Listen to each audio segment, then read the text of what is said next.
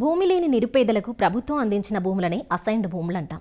ఈ అసైన్డ్ భూములు ఎవరి పేరు మీద నమోదై ఉంటాయో సాధారణంగా వారు గాని వారి కుటుంబీకులు గాని ఆ భూమిని ఉపయోగించుకోవాలి తప్పితే వాటిని విక్రయించుకునే అవకాశం ఉండదు. కానీ ప్రస్తుతం మారిన చట్టాలు కొన్ని నిబంధనల మేరకు అసైన్మెంట్ భూములను అమ్ముకునే హక్కులు కల్పిస్తున్నాయి. అసైన్మెంట్ భూముల హక్కుల గురించి పూర్తి సమాచారాన్ని హైదరాబాద్కు చెందిన ప్రముఖ భూచట్టాల నిపుణులు ఎం సునీల్ కుమార్ నుంచి వివరంగా తెలుసుకుందాం. అసైన్మెంట్ భూముల సమస్య రెండు రాష్ట్రాలకు కూడా చాలా కీలకమైంది. రెండు రాష్ట్రాలలో కలిపి దాదాపుగా 60 లక్షల ఎకరాల అసైన్మెంట్ భూమి ఉంది. భూమి లేని పేద కుటుంబాలకి సాగు చేసుకోవటం కోసమో ఇల్లు నిర్మాణం చేసుకోవటానికి ఇంటి స్థలంగా గడిచిన 60-70 ఏళ్ళుగా దాదాపు 60 లక్షల ఎకరాల భూమి పంపిణీ జరిగింది. ఇది భారతదేశం మొత్తంలో పంచిన ప్రభుత్వ భూమిలో దాదాపు 28%. ఉమ్మడి ఆంధ్రప్రదేశ్ రాష్ట్రం భారతదేశంలోనే నంబర్ 1 పొజిషన్లో ఉంది ప్రభుత్వ భూముల పంపిణీ కార్యక్రమంలో. అట్లా పంచిన భూమి ఏదైతే పేదలకు ఇచ్చిన భూమి ఉందో వారు వారి కుటుంబం తరతరాలుగా వినియోగించుకోవాలి, ఆ భూమిని సాగు చేసుకొని బ్రతకాలి, లేదా అక్కడ నివాసం ఏర్పడుకొని ఉండాలి తప్ప ఇతరత్ర ఏ విధంగానైనా సరే ఇతరులకి బదలాయింపు చేయొద్దు అని చట్టం. ఆ చట్టం 1977లో వచ్చింది. ఈ చట్టం చాలా స్పష్టంగా చెప్తున్న మాట, ఎవరికి భూమి ఇస్తారో వారే అనుభవించాలి, వారి తదనంతరం వారి కుటుంబం వారి వారసులు ఆ భూములు అనుభవించాలి, కానీ అన్యాక్రాంతం చేయొద్దు అంటుంది చట్టం.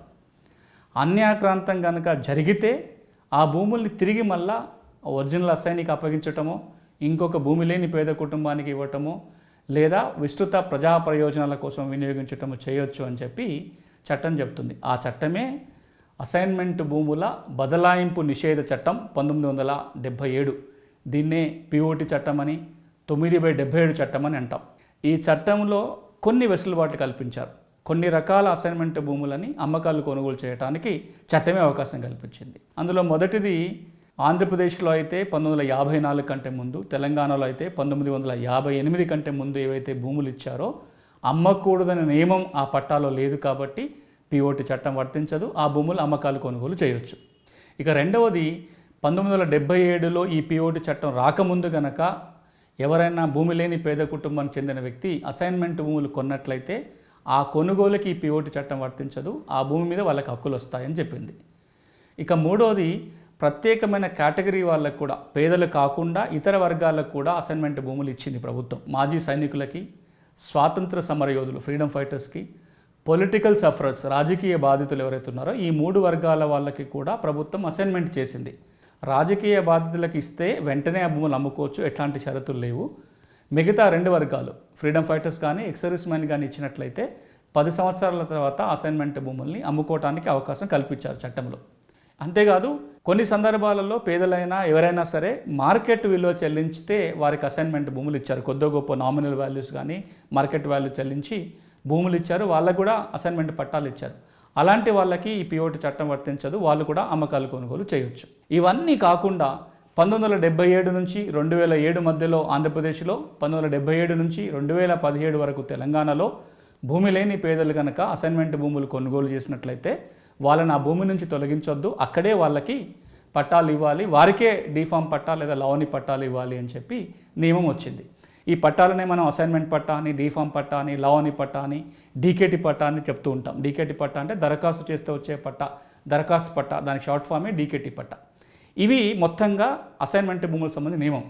కానీ ఇప్పుడు పెద్ద ఎత్తున ఒక చర్చ జరుగుతున్నలా ఏంటంటే అసైన్మెంట్ భూములకు కూడా సర్వ హక్కులు కల్పించాలి.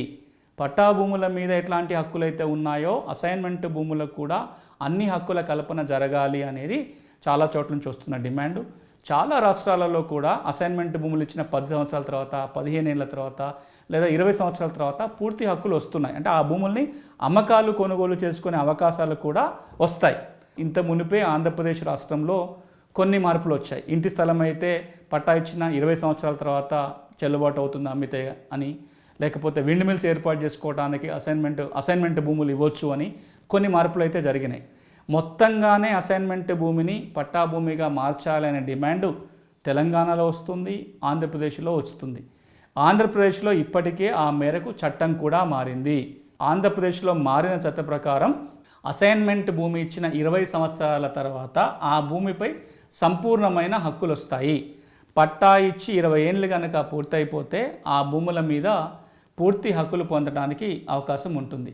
ఇప్పుడు ఆ ప్రక్రియ ఆంధ్రప్రదేశ్లో జరుగుతుంది. ఏవేవైతే అసైన్మెంట్ భూములు ఉన్నాయో అసైన్మెంట్ భూముల్ని గుర్తించటం, ఆ అసైనీలు ఎవరున్నారు, వారి ఆధీనంలో ఉందా లేదా, 20 ఏళ్ళు గడిచిందా లేదా అనే ఒక చెకింగ్ జరుగుతుంది.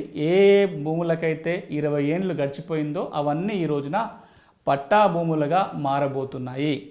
దాదాపు 23 లక్షల ఎకరాల భూమి ఇప్పుడే పట్టా భూమిగా మారే అవకాశం ఉందని గణాంకాలు చెప్తున్నాయి.